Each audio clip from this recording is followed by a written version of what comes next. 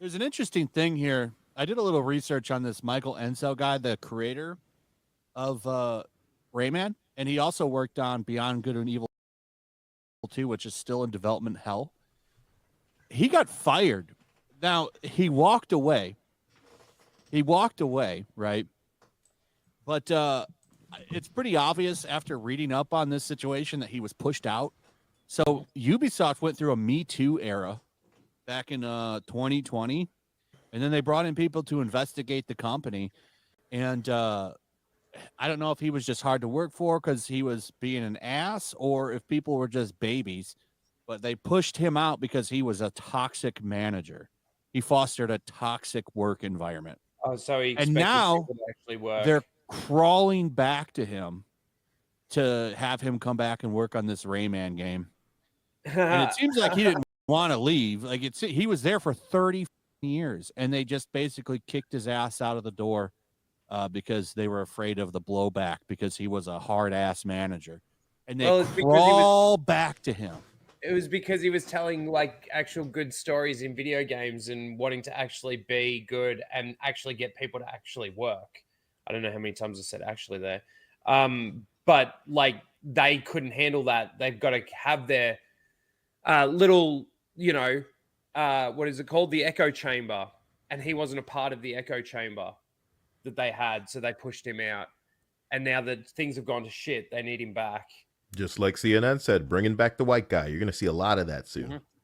People that were not useful for a long time, suddenly they need them because we got to suddenly appeal to everybody. I think it shows the kind of state that they're in because of them crawling back. Like, and every single article that talks about him coming back makes sure to tell you about the problems that he had, the allegations of his behavior, the toxic workplace conditions.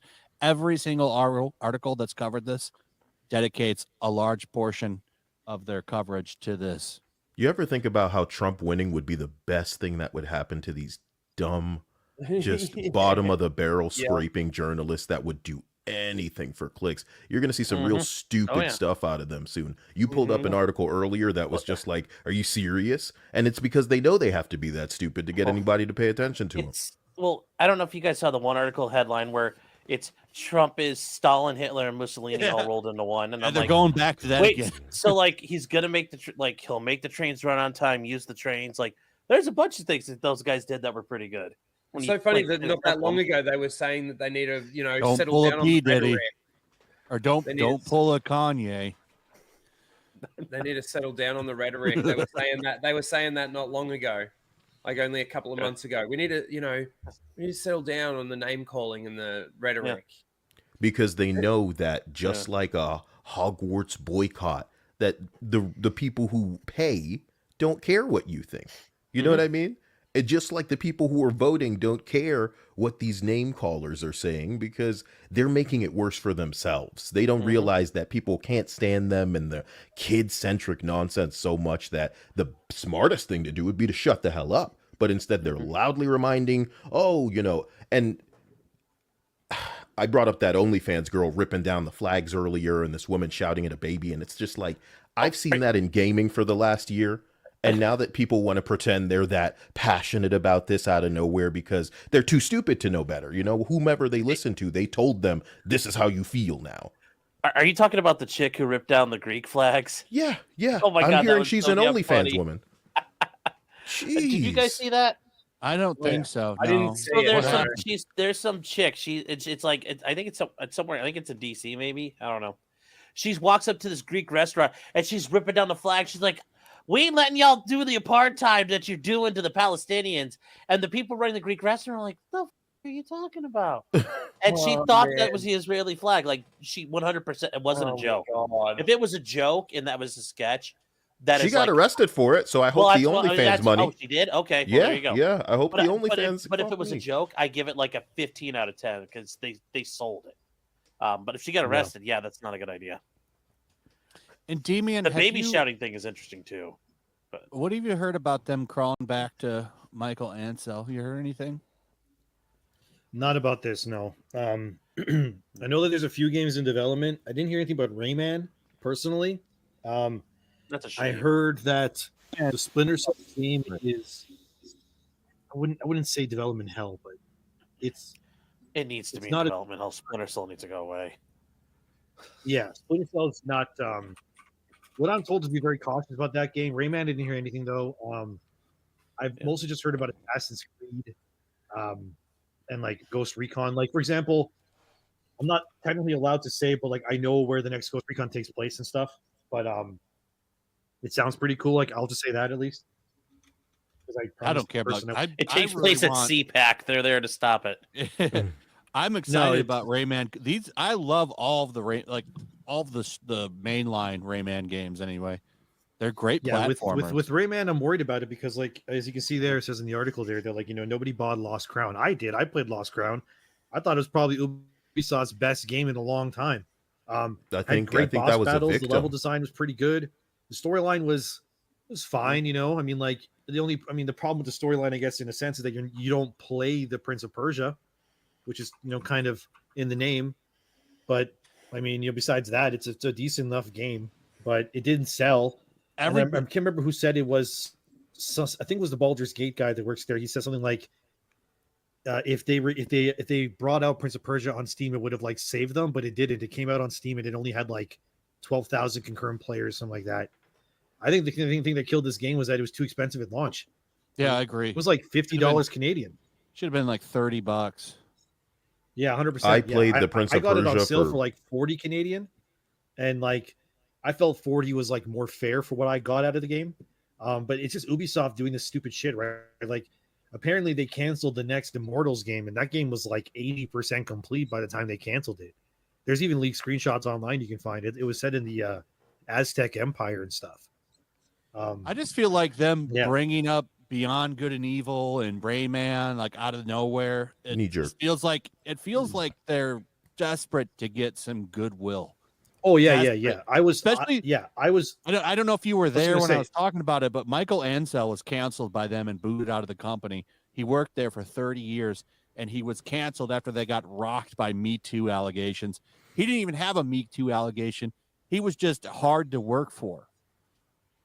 And they what I was booted him told is for that being they're- a toxic boss. I can't remember his name, but there was a guy that was like the CFO or CCO of Ubisoft. He also got taken out by the whole Me Too thing because apparently he was like harassing female employees. I can't remember his name now.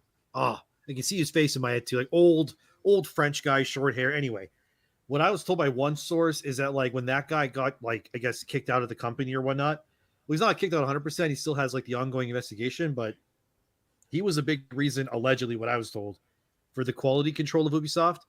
And once he left, you could notice that the quality kind of went out the window because apparently what I was told, this guy was like he basically had like final say on every game that came out from Ubisoft. And if the game did not meet his criteria of quality, then the game couldn't theoretically be released. That's what I was told. So, but again, he got Me Too'd. And like if it turns out that like the allegations are true, which you don't know 100% just yet, but if they are, then he's gone and that's it. But I believe zero bitches without evidence. yeah, I mean, even the guy that directed Assassin's Creed Valhalla and Origins, what was his name? I can see his face too. He's like some Middle Eastern guy. He got kicked out, but he actually got like ousted for being like he was actually trading offers in Ubisoft for like sexual favors and stuff, and that got like confirmed. So he got kicked out. And now he works at this other company called like Mimi Games or something like that, and still in Montreal. And he got scooped up by Tencent as like a consultant. So there's a lot of weird things that like me and some of my sources were noticing is that Tencent has been effectively a lot of the Western companies that they have fingers in. They're making them push DEI, and those companies are all failing, it seems. But then all the companies that Tencent owns that are Eastern made, they're not pushing DEI in those companies, and those companies are doing well. I'm just saying conspiracy theories that like, yeah. I'm just saying them bringing like they haven't done shit with this character in 10 years. The only thing he's done recently was be a villain in some animated show where he did cocaine. They actually had him doing blow and having white snow all over. Did the his last big Rayman schnoz. sell though? I don't know. I don't know. I don't think it did. It Was was the last a one Legends? platformer. Legends was the last one, sadly. Yeah. It's Well, I know for it's a Ubisoft, great like game, too. the way Ubisoft works is they don't want to make anything that they basically can't turn into some sort of a live service. That's like well, their they thing. haven't done anything with Beyond Good and Evil is like 13 years in Yeah, development, you're right. and now they're pushing that Yeah. game. It feels like this all feels desperate to me. All this feels desperate. And It Well, is, yeah, and it because took Rodney Outlaws to shit- get them there. trotting shit out you haven't talked about in a decade. That has goodwill. Dude, I There's a was lot of people that hearing love these rumors from a few characters. sources. Like I don't want to say this is like true 100% or anything, but I was hearing from sources that like they're actively like contemplating like tax writing off upcoming games that Ubisoft has Good. just to get money back.